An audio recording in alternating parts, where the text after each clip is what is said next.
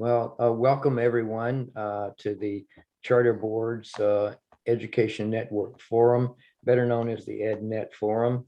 I'm Charlie Barker. I'll be your moderator for today's program. And it gives me great pleasure to have with us today from the Netherlands, Femke van der Ster, who is the Executive Director of the Respect Education Foundation. We have been on a journey for the last 2 years, looking at education, social emotional learning programs from cradle to the grave over the last 2 years, and making this journey around the world, constantly seeing wonderful programs like the one we're going to hear about today. So we have been focused here the last, I would say, 6 months on the cradle, parents, toddlers, infants, and feel that this is an area that we need more focus on with regard to our education mission, as determined that the two major missions, one cities campaign, and the other is education and training of compassion from cradle to the grave. So we've heard from a lot of programs and look forward to the program today. But before I turn it over to Marilyn Turkovich, our executive director, to introduce our speaker, I'd like for us to, in our tradition, to take 3 minutes of silent meditation.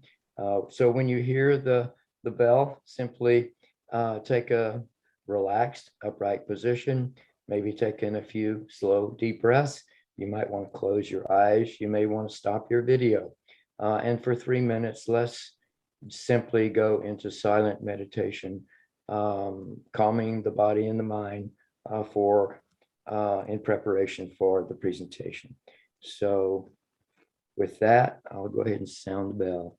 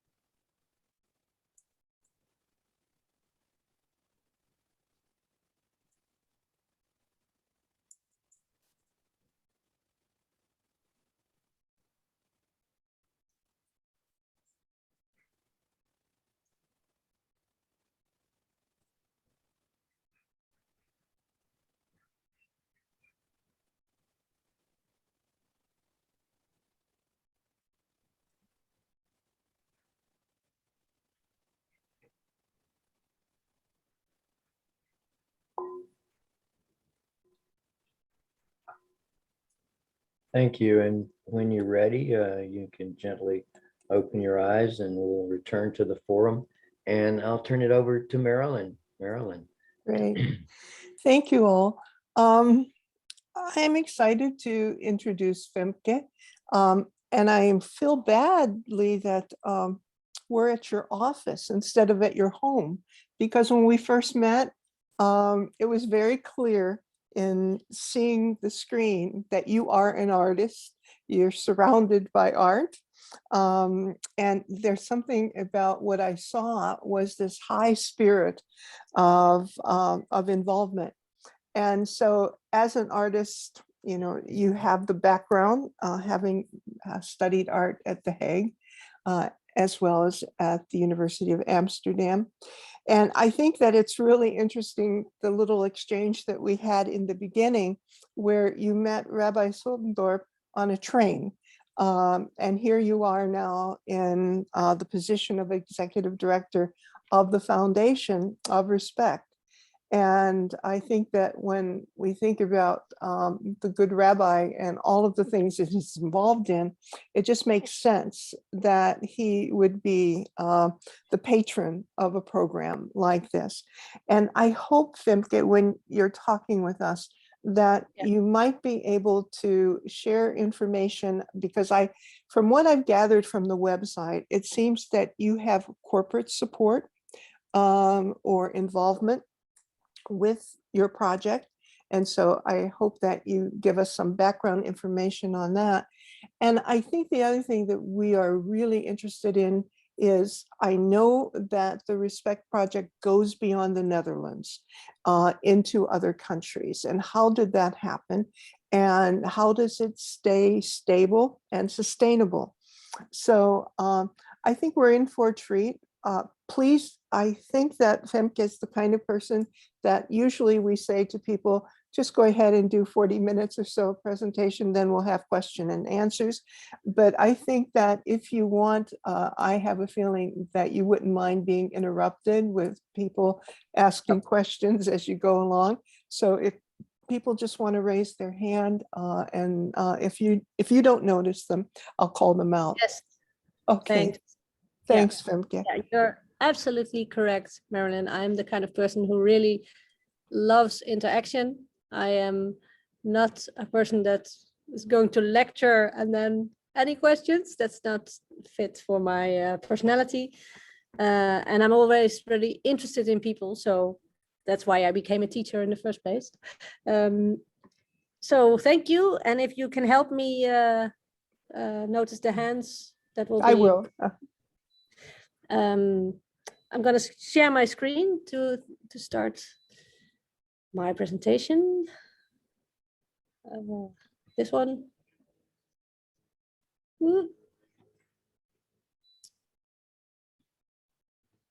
Well, welcome to my beautiful presentation about the Respect Foundation and our Respect Education Program.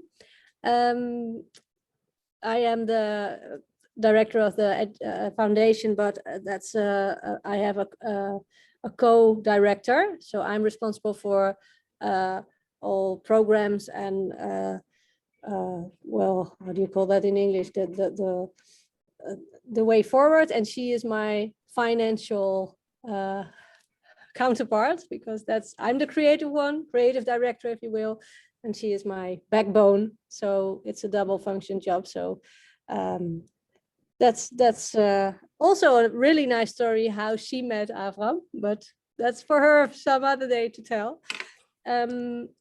Because we believe at the Respect Foundation that there's no such thing as coincidence. Things get on your way, and if it fits you, contribute what you can. And my part is education and inclusive education to and creative education. But first, before I begin my presentation, I want to tell you something about me. Who am I? Normally, when I'm preparing my presentation, I always ask the group, well, based on your first impression, what do you think? Well, who am I? Am I a mother? Am I a single lady? Am I a dog lover, a cat lover? Do I like pizza or sushi? So normally I gather all the comments, and then I reveal who I am. But because we are digital and I cannot see you, I just prepared my slides to give you an insight of my life, because I'm executive director. I work 5 times a week, 5 days a week, but I'm also just Femke, my loving husband, Danny. You can see him on the picture. I have 2 children. My oldest one is 10 years old. Her name is Alice. And my little one, 4-year-old, Benjamin. The Benjamin, of course. And we really like cooking together. I love the beach because I'm a Dutch girl. We have a lot of beach, really cold beach, but I love it. As Merlin already said, I have a creative background. I studied at the Art Academy of Royal Art, creative autonomic sculptures, but also classical painting. So officially I can paint your portraits if you like. I have a diploma. I love to travel. My work allowed me to travel through Asia. I have a lot of colleagues there that are really my friends in Asia, but also in Africa. I can tell you more about it in the presentation, but I've been to areas with a lot of conflict was going on, and I see the people who work with me there as my friends. I also have a cat, so I'm a cat lover, as you can see here. And I really like gardening. As you can see, my picture on the right is me winning the sunflower contest. Every year we held a sunflower growing contest in my home. I'm really good at that. Look at the size of that one. So that is me, a part of being director of a beautiful organization, which I'm really proud of, and I'm going to tell you about in a few minutes. So this is the Femke you are looking at. Well, the Respect Foundation. Merlin said Respect Education Foundation. That was our long name. Last year we had a big transition that we skipped the word education. Not that we don't do education, but it was really long name. But the short name, REF, still remains. So Respect Foundation, REF, is our organization. We are a Dutch organization, but we also do international projects. And we are located in the center of Amsterdam. So if you're ever in town, please visit us. It's a really beautiful place in the Netherlands. Well, why were we founded? A little bit of history. We were founded in 2006 in reaction of the growing intolerance in our Dutch society. A lot of discrimination, a lot of aggressive things going on between different cultures, even as high as public figures were murdered because of the differences in opinion. So that was the moment when our founders, and we have 2 founders, created the idea of an organization that can help develop solutions. So not let's do something about it, let's fix it, but what can we do? And they had a dream that every I'm sorry, the little heads of you pretty heads are in the way of my presentation. So I'm going to move you down. So a respectful society in which every person can feel safe.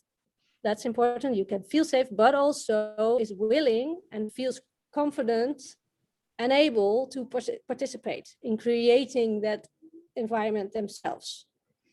And it begins with the youngsters because they have the future. So our organization has a dream about creating projects and programs and activities to inspire people to not only respect each other, but also get off their feet and do something about it that's really close to yourself to make it a better place. And we hope to inspire youngsters and especially the people who work with them to do the same. So our focus target group is not the youngsters themselves, but via their teachers, sport coaches, people who are professionally working together with these youngsters. So we also have that was the dream. We also have a mission statement, of course. That is more strict, but it's more crystallized, to contribute to a society in which young people exhibit self-respect, as well as respect for others and the world around them. So even the environment is really important in our Respect Foundation. And we believe that young people, they already have a moral compass that you have to activate. If you don't activate it, it's there, but you need to nurture it. You need to tell them how, you need to inspire them, and you have to show them. So it's not only telling them, but experiencing and give them the tools and the powers to do things themselves.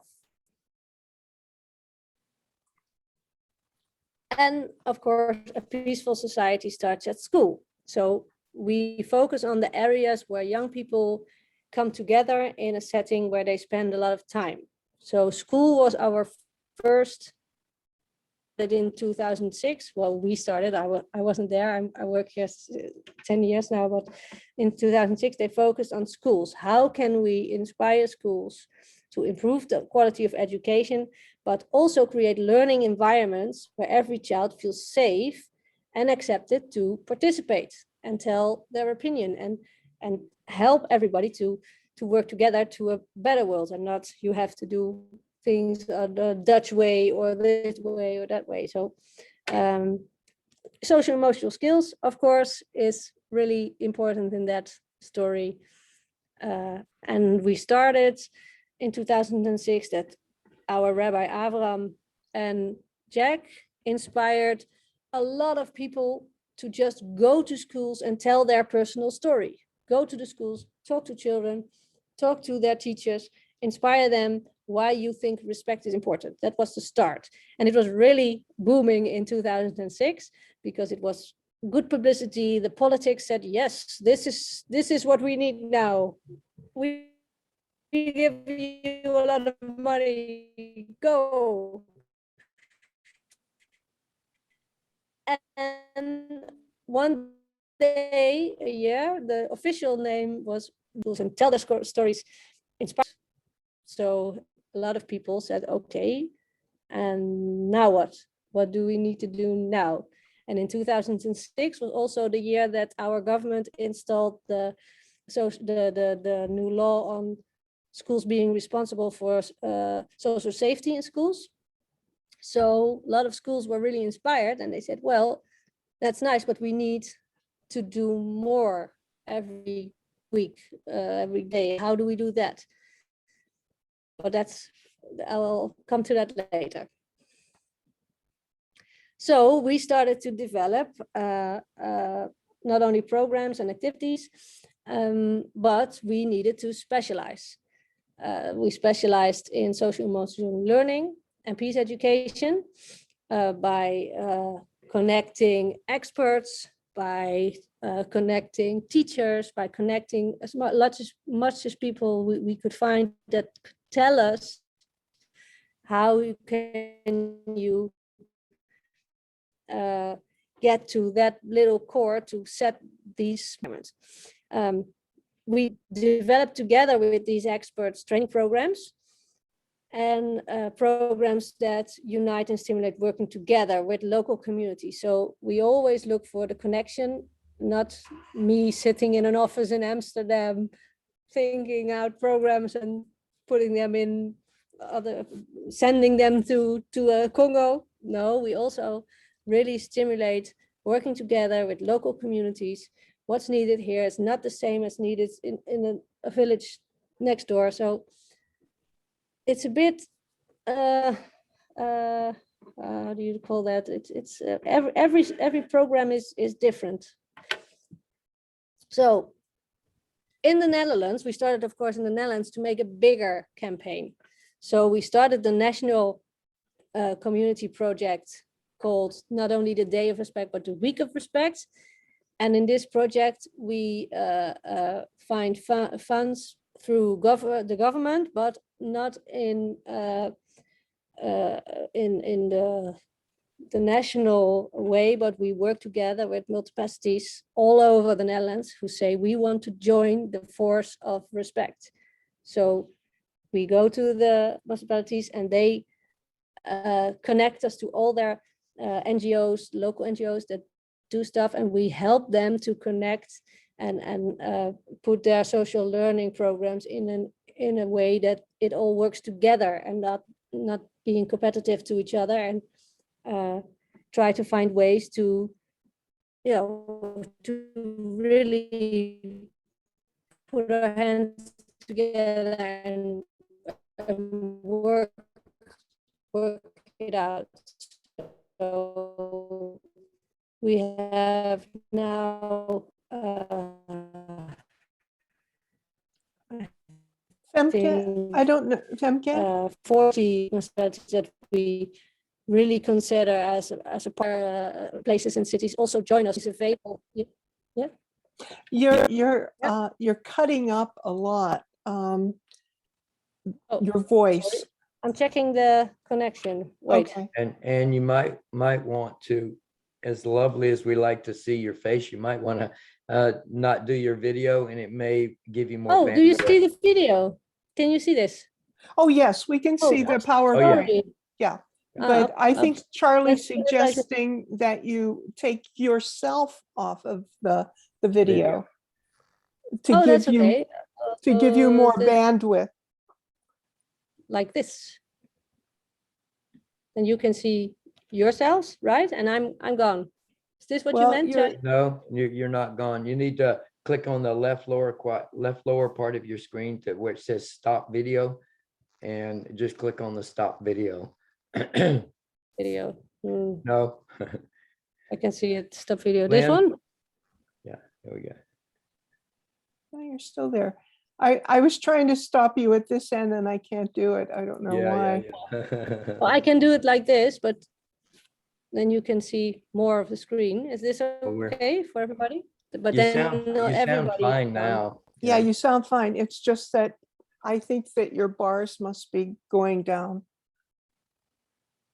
Yeah, but this is I think I have the connection. It says the connection is 3 bars, so Yeah, it should be all Yeah. right.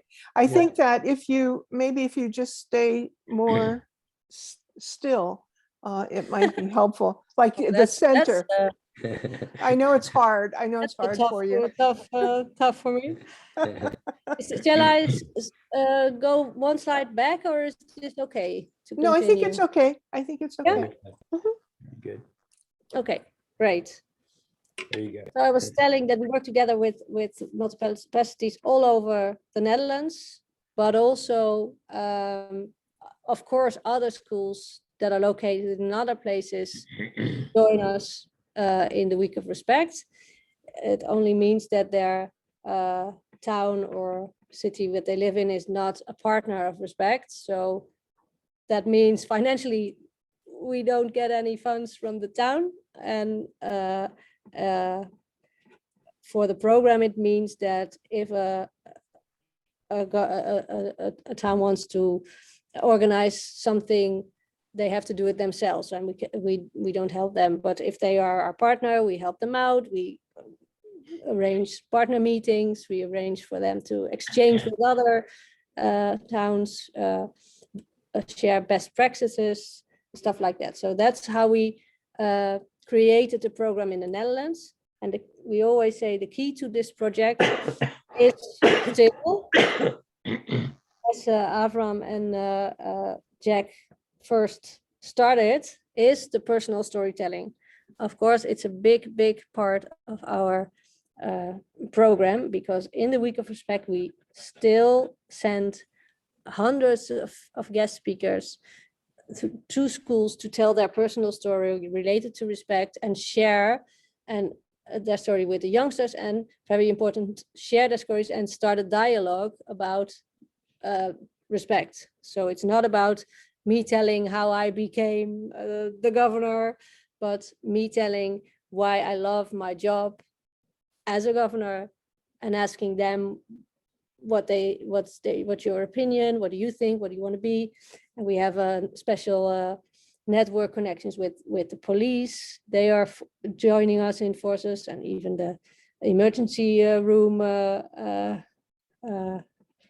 people. We have a lot of people joining us in this creating of personal stories. But we also create every year materials for schools to learn about respect. So it's not only about hearing a story and being inspired, but also feel able to do something with with respect in your own school. So we develop it from the young age of kindergarten all the way up to the age of 24. And in the Netherlands, we have 3 school systems. So started the primary school, secondary school, and the students. So we have a big range. And of course, we also have schools for children who have special needs. We also create materials for them. So everybody can join the Week of Respect. And since 2006, we reached over 2 million youngsters. We work together with more than 3,000 schools who do our program and are joining us every year to celebrate respect and work on the theme respect throughout the year. And now I'm going to make first, I'm going to ask, are there any questions for this first introduction about the foundation, the kind of legacy history?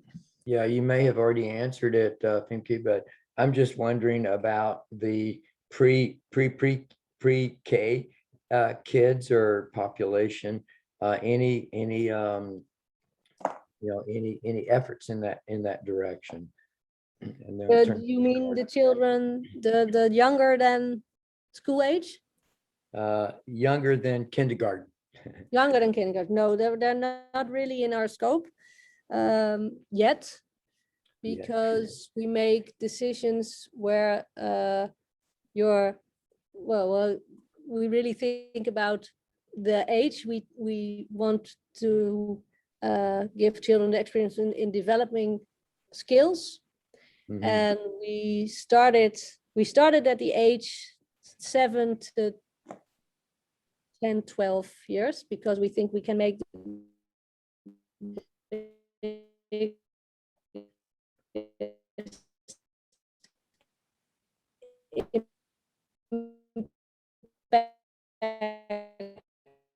in that age. Yeah. We're Femke, if you can hear us, you're breaking up, you're freezing up on us. And then we slowly expanded downwards and up. Oh, maybe I'm going to, if I switch.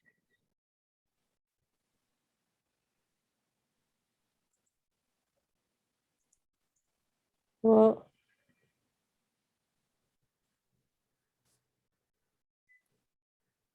I'm thinking, Femke, if you can hear me.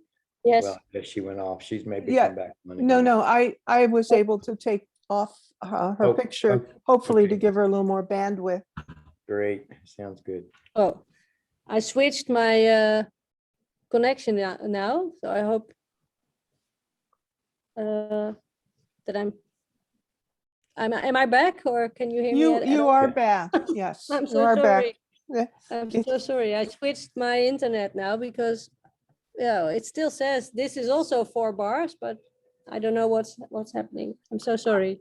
no problem. I just took your picture off. So I think between the two, I think you should just give it a try. Yeah, let's just continue cheerfully.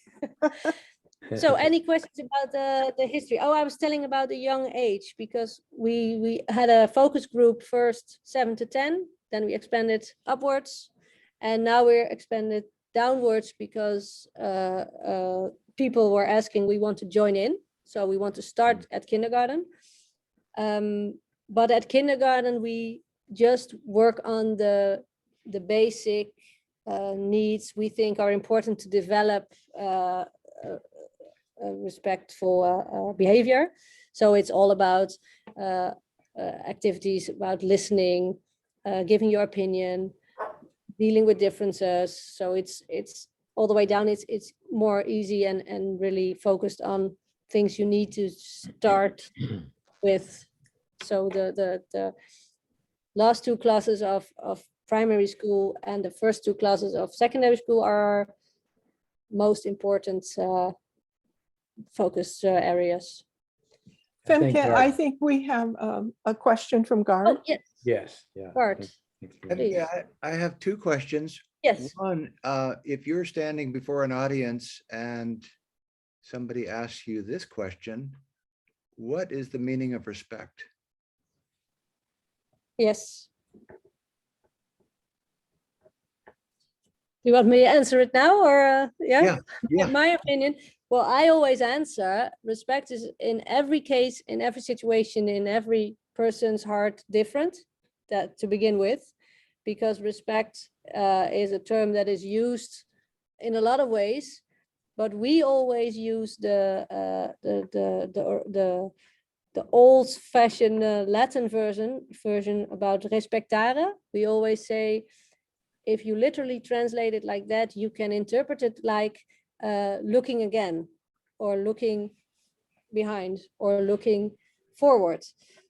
So we always say respect for us means being able to always look again at the situation, at yourself, at somebody else. So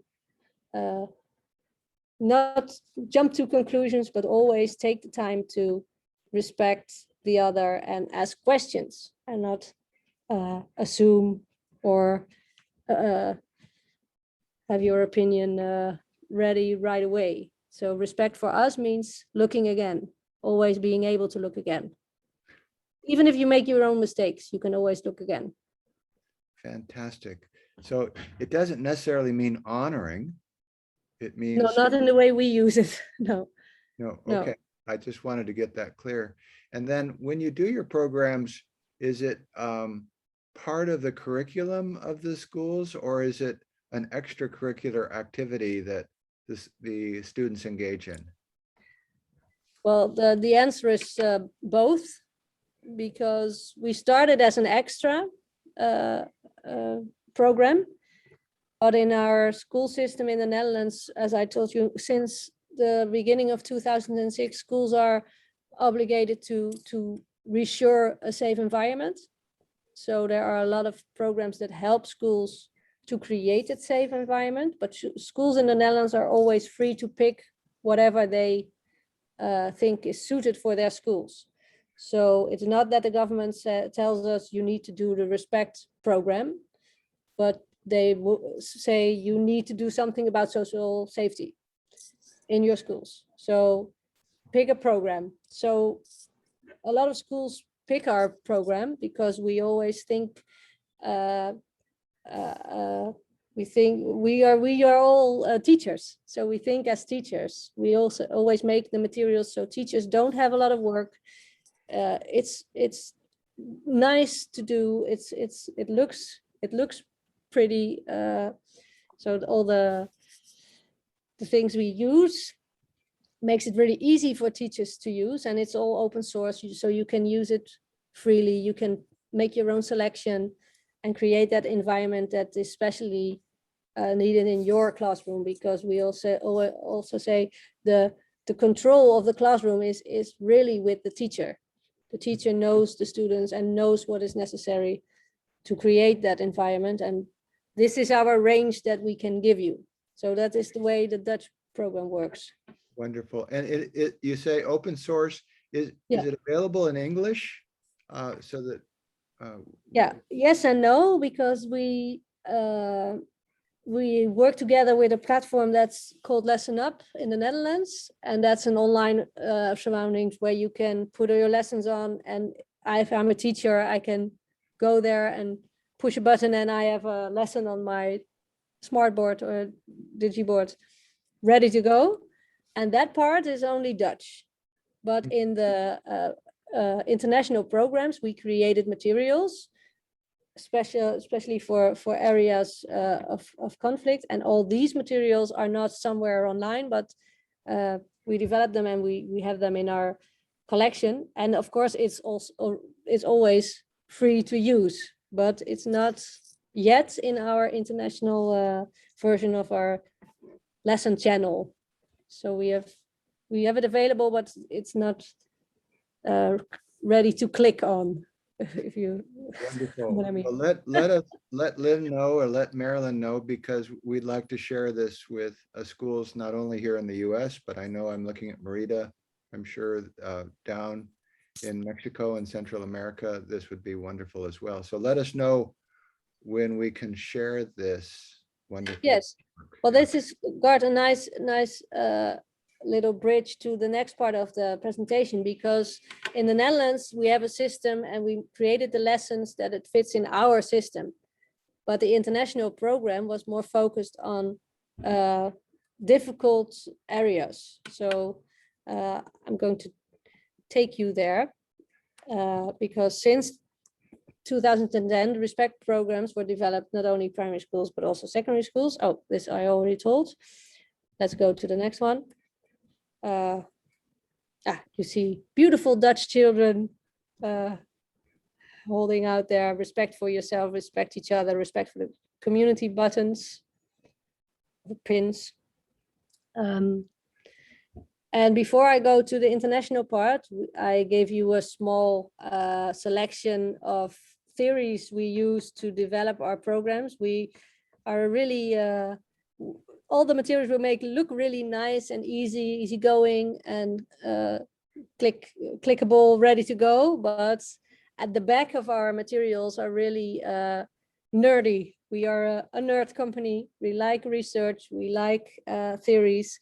We like developing educational materials that really make sense and not just fun and creative.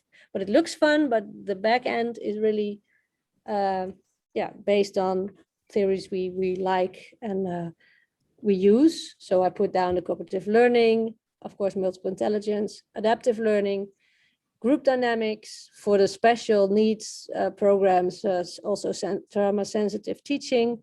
And what we do, all our programs, lessons and projects we create a mix of all these elements. Fit for the job, I made a typo. So every program is different. So that is the bridge to the international program, because in 2012, we became active internationally. And that was because our partner in this program, international, was Cordate. I don't know if you know the name Cordate, but it's an international organization in many countries, but also in the Netherlands, that focuses on access to education and access to safe education for people and free education for people. And they had a lot of programs in post-conflict areas. And what they did, they created an environment where they rebuild schools. They teach teachers how to create. Well, they I made a mistake. They help rebuilding the schools. They help out financially to give access to everybody. They provide food for the children who don't have food before going to school. And they literally make school a safe place by guards, fences, and hanging big plaques of "This is a zone of peace." But in the schools, there are a lot of children who experienced terrible things. Even the teachers experienced terrible things. And they asked us, the Respect Foundation, to put in the social emotional part for the children and the teachers. So not only teach about math or writing or reading, but also teach about differences, acceptance, respect the stuff we do. So that was our deal in the working together. So we put in this little small element in their program, and that was the start of the Respect program. And we started in Burundi, in a post-conflict area. And the focus of that program was on a creative and more friendly way of teaching, because teachers were beating the children, not making a safe place, and the children were copying the behavior. And it was not a nice habit. So we changed the way of teaching, and we did a lot of teachers training there to make, and we wrote a program in Burundi with teachers of Burundi. So first we created a safe environment for them, and then we worked together with an NGO who was located there, and they worked together with the teachers to create a program that was really fit for the area. And that we repeated in the,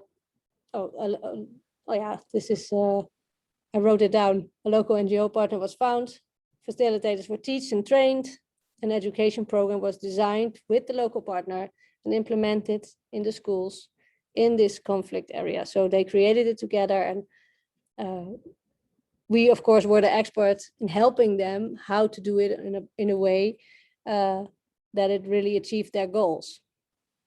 And we also did that project together with the neighbor Congo. It was parallel to Burundi, so we also did exchanges with the teachers. It was really nice to have Congo and Burundi have exchanges together. And in Congo, in the program, we also included a radio show about school development, because that was a direct question from the inspectors of the government. Can we do something? So all teachers in Congo, because Congo is, as you might know, really large.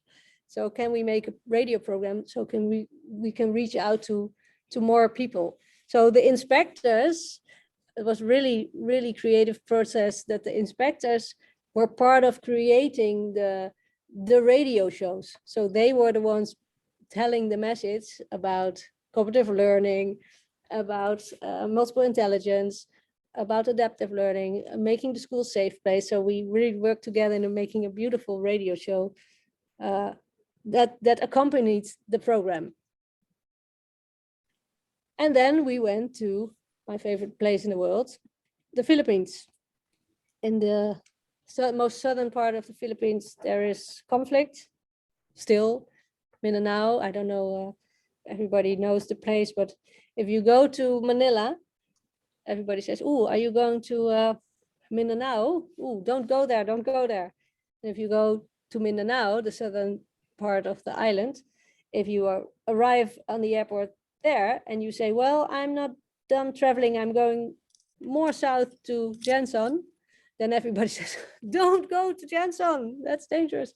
So that's southern part of the Philippines is really a conflict area where everything, where we did a lot of programs with 71 schools. So that was really a large project together with Pasali, that's the local partner there. We reached over 10,000 pupils on 71 schools. 250 teachers were trained. And I would like to also take this moment to say we train the teachers, and we hope that they develop themselves. So it's not that they are only licensed to do the Respect program in my Respect program funding.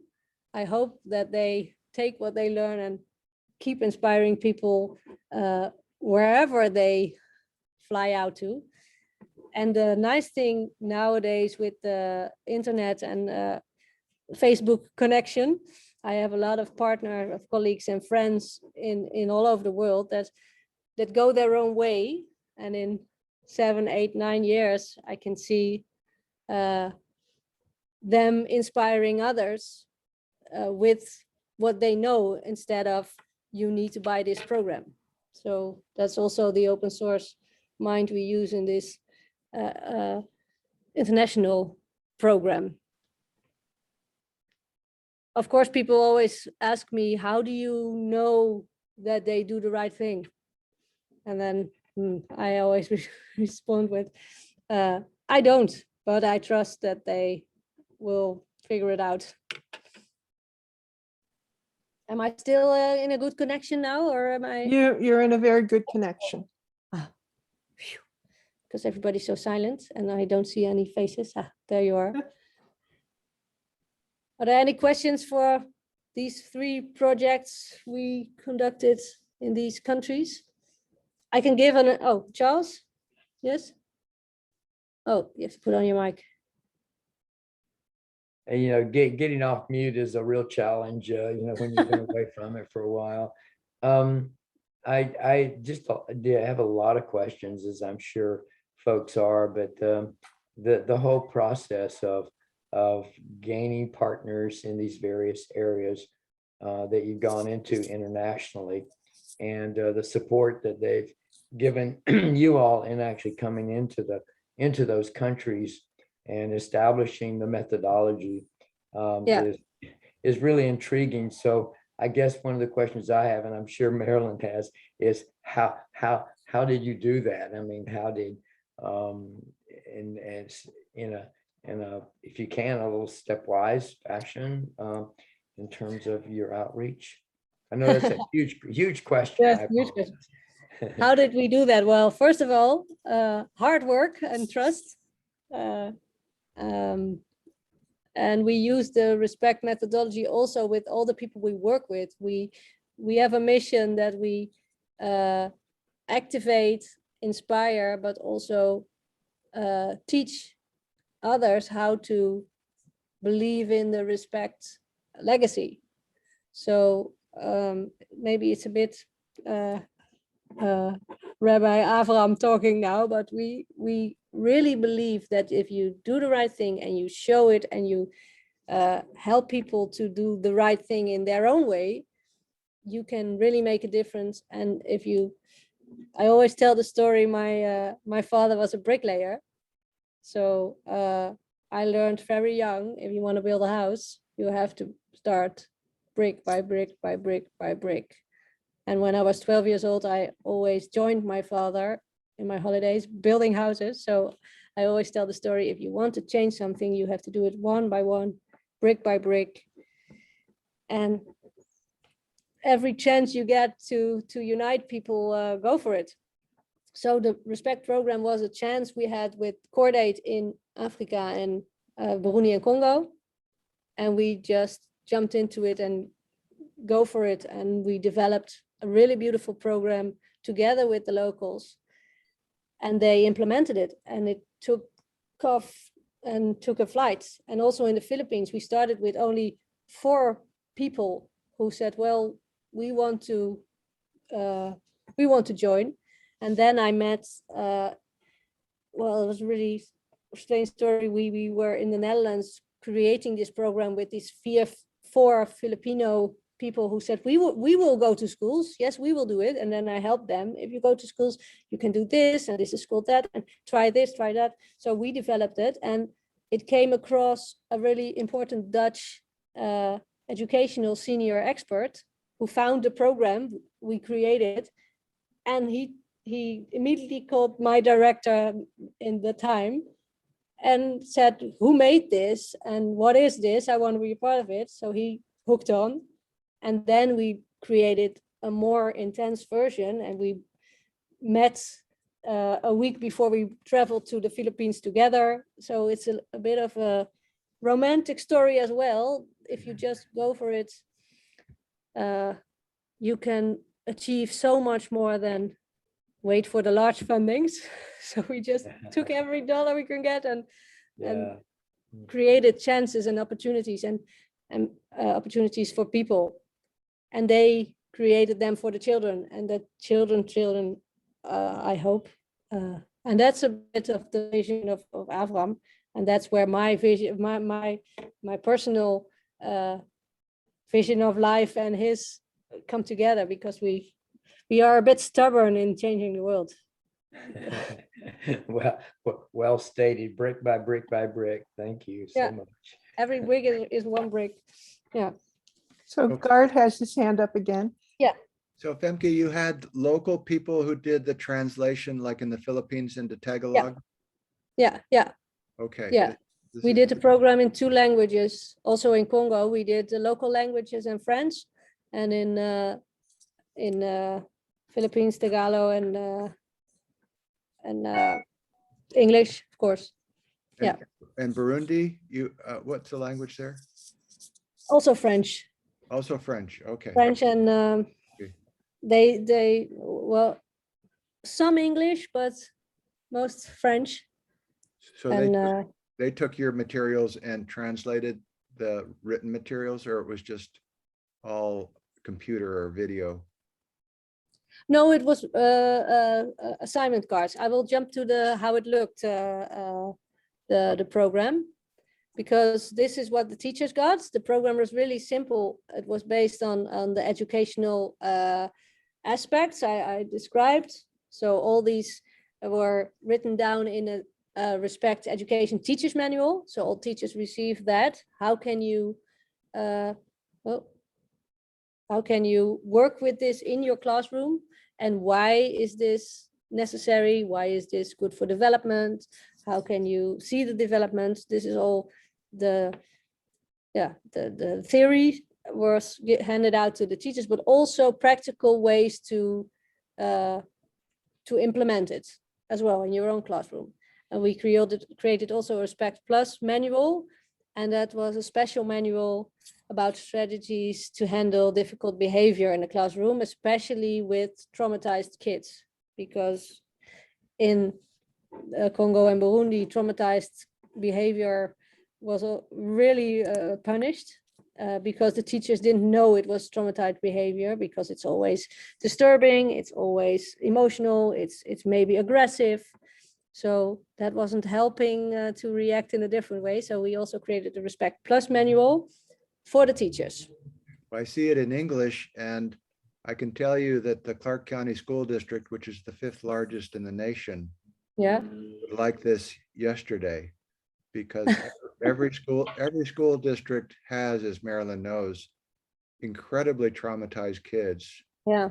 And every teacher here really struggles in their classrooms with the level of trauma that's going on in the classroom. So I don't know, Marilyn, Lynn, if there's any way to get these manuals, I would like to introduce it to Clark County School District like yesterday. Well, I have the manuals, but I have to check them because of the I will come to that later, but the pandemic going on. The last time I traveled to the countries mentioned was before that. So it's almost 3 years ago we visited our friends. And the manuals are maybe a bit need an update. Okay. Um, I'm just telling you, we'll put them to work right away in America. well, I can send you these ones right away, but I think they need an update because of all the developments in the world now. I didn't. Already told you I'm a nerd, so I want to do it correctly. Yeah, no, that's good. I'm married to a doctor. So yeah, if you have a PDF or something like that. It would be I will share what it is and then date it. This is dated about this time. Yeah. And the Respect Education manuals and Plus manuals were available for the teachers, but they also received a workshop manual.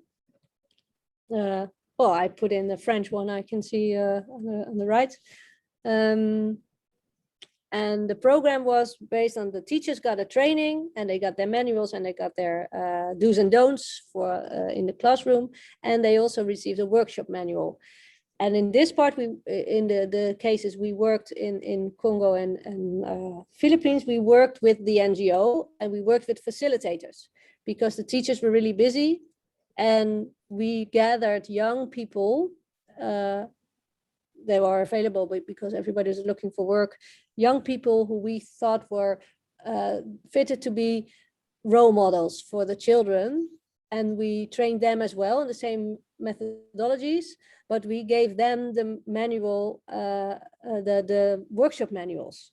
So 6 times a year, these young vibrant, beautiful locals would visit the school and do a creative workshop with a more interesting layer created in the background. So they did the workshop and worked with the children, and we asked the teachers to observe what happens with your group, to sit back, see the interaction, and teachers were really amazed, because if you put somebody else in front of the classroom, the whole dynamics of the classroom changes.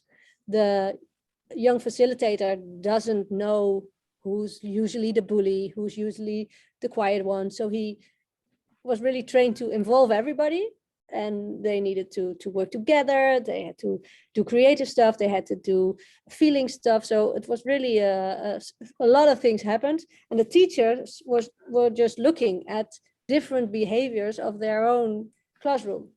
So they were amazed about the talents of some children, the things they didn't see, the things that happened, the working together they would never expect. So we put in an extra ingredient by getting fresh young people to do the creative stuff. And at some point in the Philippines, a teacher or a school head, a director of a school told me, every time the little van comes with the Pasali facilitators for the Respect workshops, the whole school runs to the fence because they think a superstar is arriving. So it was everybody was so happy that they arrived. So well, that was their hard work, but I really am proud of that aspect of the program, that we could really give joy and respect in a way that they take it with them for the rest of their lives. So that was really successful in the way we did the manuel de atelier, the workshop manual. When I see two languages mixed up, then my brain errors. I'm sorry. And the last thing we put in the program was a simple poster to put in your classroom as a teacher, and assignment cards. So as I told you, 6 times the facilitators would visit the school, and they were represented on the poster in these big colorful buttons. So the green one is the workshop Getting to Know. The I Am, it's about identity. Mindanao history was especially for of course, the Philippines, Mindanao. Welcome to My World, and Celebration Day, and Show Respect, where you make theater performances about respect.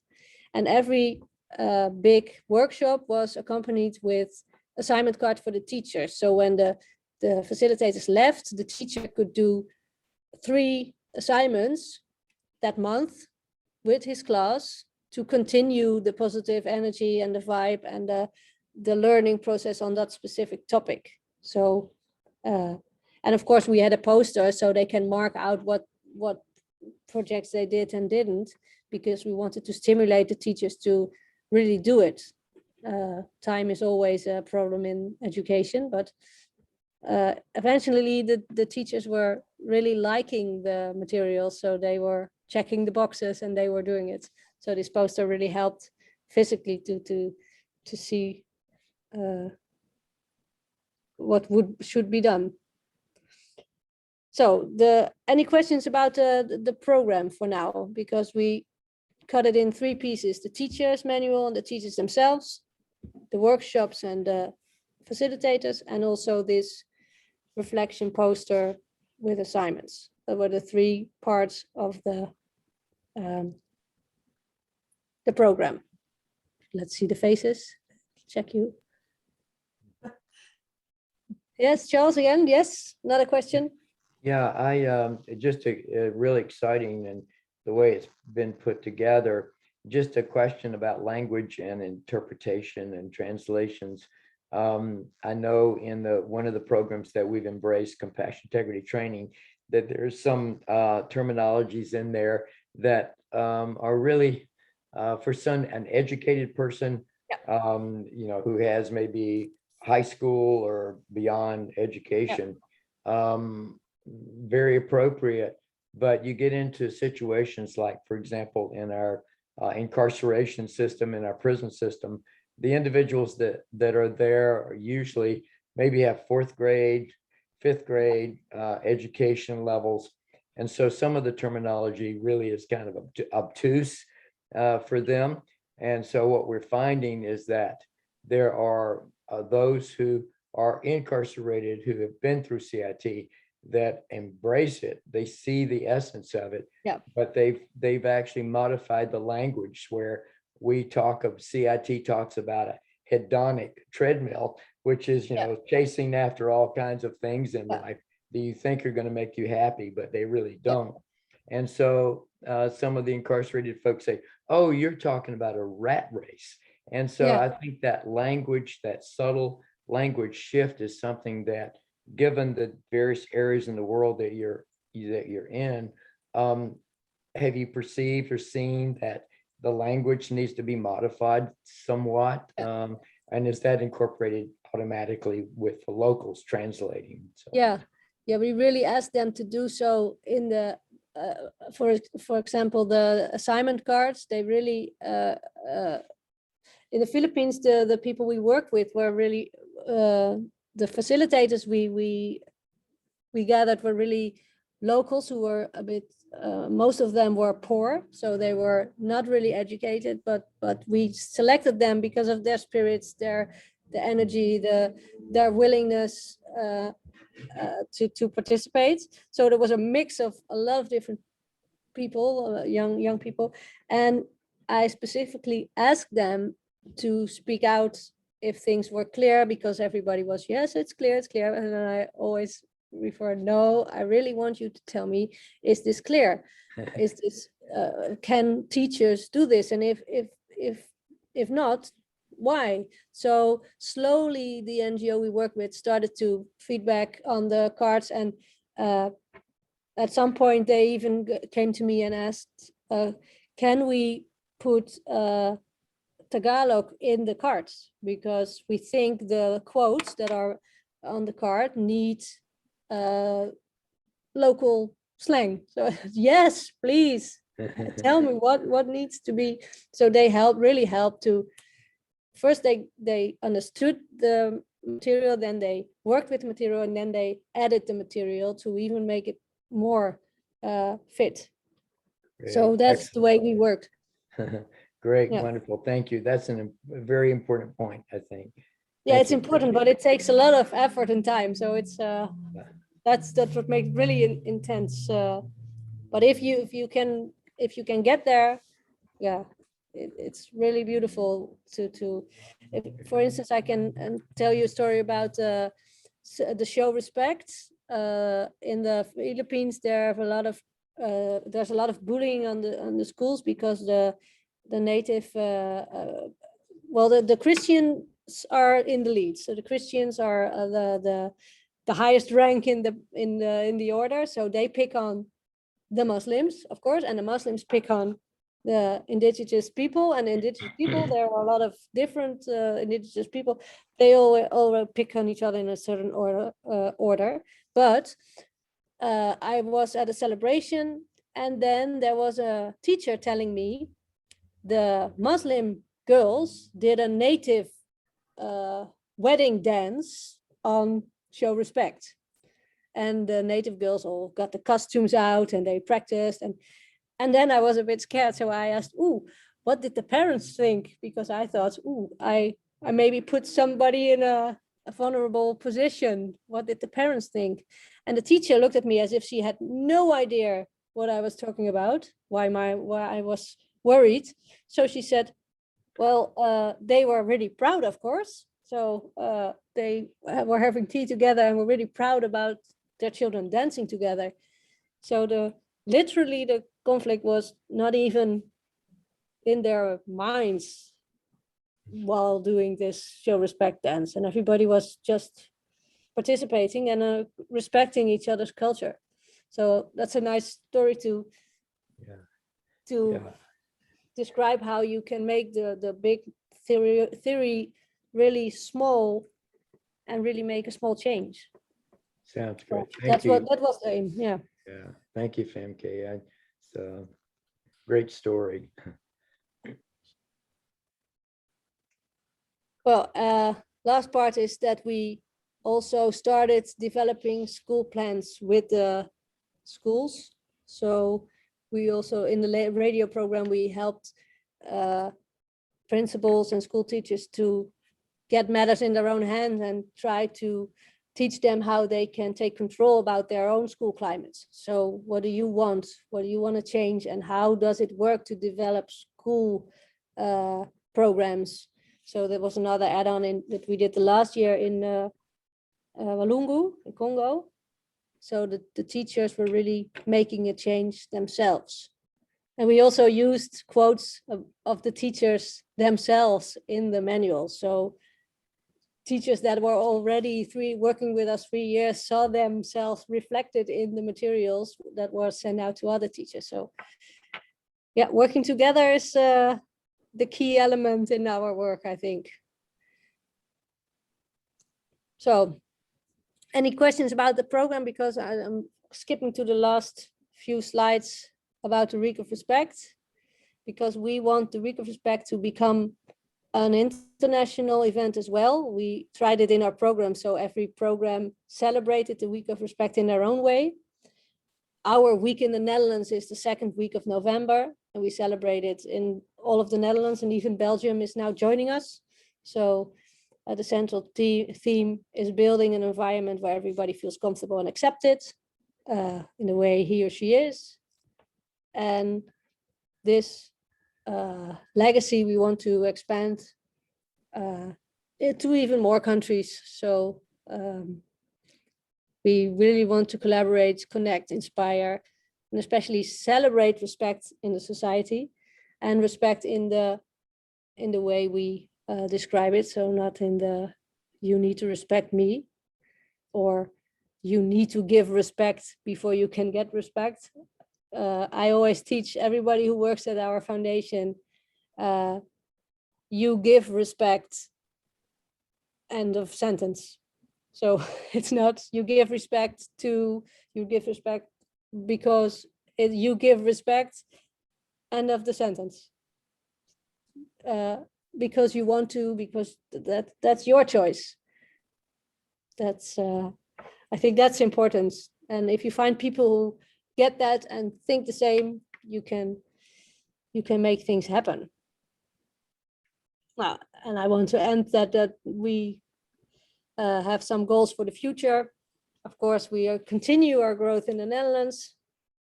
We have a big refugee support program in the Netherlands. That's also something that's on our list to expand the coming 2 years.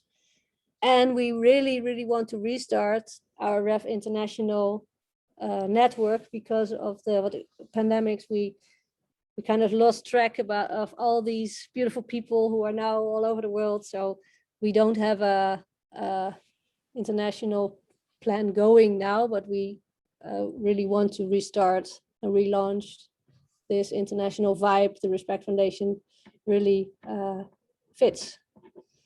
So this was my last slide, I guess. Yes, and we are, oh, this is a nice one. We are always looking for connection and working together. So that EdNet invitation was really nice, and it was in a really good moment in our foundation that we went through a professional growth session the last 2 years here in the Netherlands. So we were looking forward to connect and working together all over the world and share whatever we do or can share to contribute to a society that's respectful and peaceful and happy. So that was my short, long presentation. Well, we have several minutes for additional questions. I see Gard has his hands up. We do want to leave about 5 minutes for Marilyn to kind of look at the way ahead with regard to EdNet. But I just want to make a comment, Femke, that as you describe your program, very specific for teachers to modify according to their classroom and Yeah. the individuals that are in those classes, I couldn't help but think with regard to connection, the similarity of a program that we had, the charter has embraced called C Learning. It's a program that is developed out of Emory University. And it is specifically designed to train teachers to take the materials and actually modify them for the particular classroom. So I'd love maybe for Marilyn and us to maybe connect Yes, you all, and please. y'all can have conversation about similarities and how maybe you can enhance and augment each other. So Yes, I love that. Yes. yeah, with that, I'll turn it over to Gard, who has a question. Bart put up So, his hand. Femke, thank you. I like your spirit, which is we're going to keep pushing for a better world, and we're going to do it. Yes. So I want to share with you a very exciting news. So KLM has a direct flight to Las Vegas. Oh, And I sent you an email inviting you to come in the fall and see our Camp Anytown. And in the process, I want to introduce you to a fellow named Andre Agassi. Do you know this name?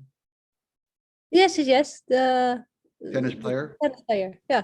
Yeah, he's very involved in education, and he's very connected, and we're very connected to our school district.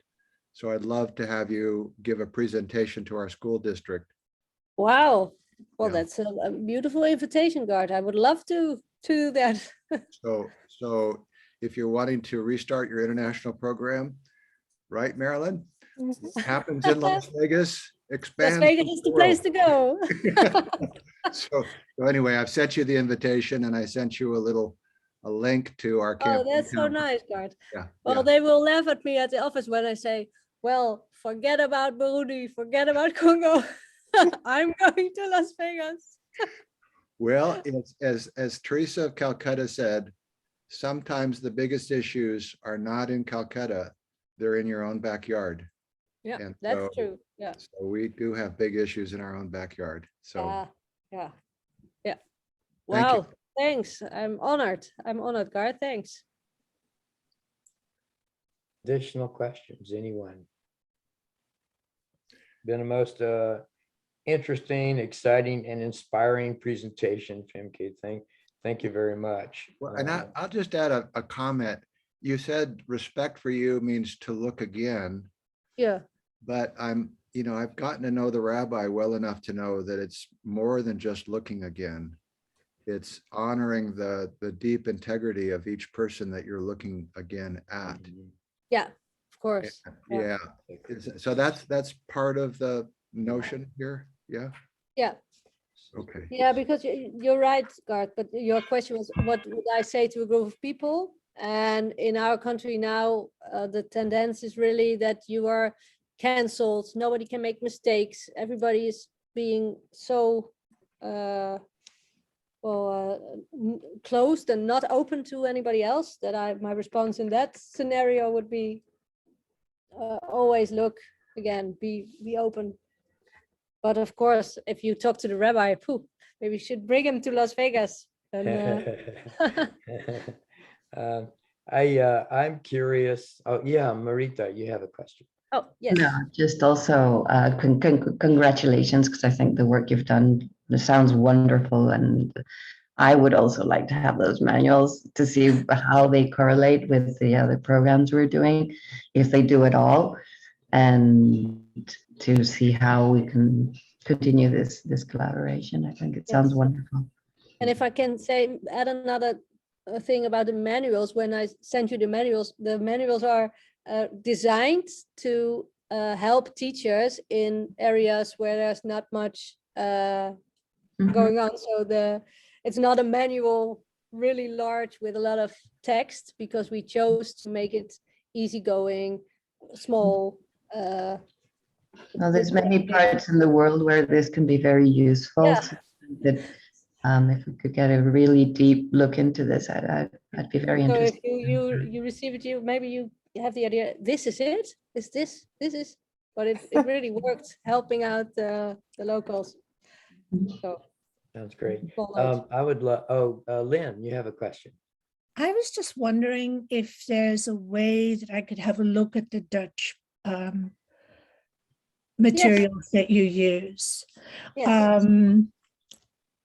And I really don't know, but I could tell Marilyn, give her sort of a synopsis, and I don't know if that is something that would be of use here in the US, because I would assume that we have more in common. I don't know about lesson plans, but I'd love to have a look if that's all right. Yeah, I think that one thing that can happen, Femke, is that with you and Lynn, we did have a young Dutch intern a couple of years ago. And Whose I think mother is a translator. whose mother's a translator and who owes us a favor. So I would think that maybe what we could do is take a couple of the lessons or the cards and translate them, and then make them available to, like, in a little pilot for people to react to. Because as you say, you know, even in the United States, if somebody in a large urban area is using the cards, their approach might be very different than a small rural community. So, but I'm excited about this. And I know that having gone and spent a lot of time on your website, that there are lots of lessons, and you have a really nice mechanism for people to plug in what's their area of expertise and the level that they're working in. That would take a little bit of finesse, but it's really very exciting. I see Ola has his hand up as well. Yes, I was going to say, last but not least, Ole, our great co-creator. Yeah. Well, first of all, thank you very, very much. It was very inspiring, and I think there is a lot of wisdom in the groundedness, the grassroots approach that we are delivering. And this is more to Marilyn and everybody else, that we are starting to work with having schools sign up as compassionate schools and become visible to each other in the world. And there will be a knowledge exchange over time between compassionate schools. And I just wanted to make sure that we integrate this into the compassionate school initiative when the time is right, and have a room look at this as soon as the time is right as well. Great. Thank you. Thank you, Ole. And I'll say we are coming up on the hour here shortly. But again, Femke, thank you so much for Can I say one thing? Please do. I put in for Lynn, I put in the link to the lesson channel. Dank je wel. Dan kan je alle les zien. Okay. Dankjewel. Sounds great. So thank you. And I'm going to just turn it all over to Marilyn to wrap us up and to give us the way ahead with EdNet Forum. Dankjewel, Femke. Graag gedaan. I think that maybe what we should do is, in maybe a week or so after Lynn does some digesting of the materials, then we should maybe have a Zoom call and we'll figure out the next steps. But I wanted to extend an invitation, especially to you, so that you in turn can extend that invitation to other people in your circle. Because I think, you know, having done a lot of international curriculum writing, the one thing is that you have to have a circle of transparency in order to pull anything off that you can share with others. And I think that's part of what we're trying to do here. So we'd love to have you invite other people to come to the EdNet and I think enrich one another's thinking and exchanges. So on Monday, just a reminder to people, we have the second part of Dr. Gardner, Andrew Gardner, and it's on toxic stress, especially in the lives of young people. And then we're going to follow the next time will be with David Gerfen, who is from Israel. And his program is also very prevalent, I think, in the Netherlands, from what I understand, the Loving Classroom. So that it's not only in Israel, but it is in Western Europe as well. Yes, no, Uh, that's so. And then the first week in July, on a Thursday, is Lisa Miller, who has written The Spiritual Child and The Awakened Brain. So we're excited to Wow. hear from her. So all of these are recorded and available to people. And as you say, the common license, everyone can take it and use it in the way that they see fit. Ola, you have your hand up again. Yes, we are trying to make people with who wants to co-create a better world visible to each other. So we are creating what we call the map of co-creators, where you can register in whichever passion you have in your life. And we would invite you to become visible. So I can kind of select education here. So these are the people who have signed up for education in different ways. We just said that we would invite people from the EdNet meetings to Yes. sign up And on their friends. I think we have a minute. So if Femke is open to it, oh, she I left think us. we may have We lost just- her. We just lost her. We were going to sign her up, but we lost her. Well, that's think for she'll your come next Zoom call then, Marilyn.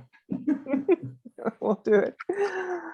Okay, everyone. Thank you so much. Hey, Marita, is it the 8th, 9th for the EMF in Monterey? 9th and 9th 10th. and 10th.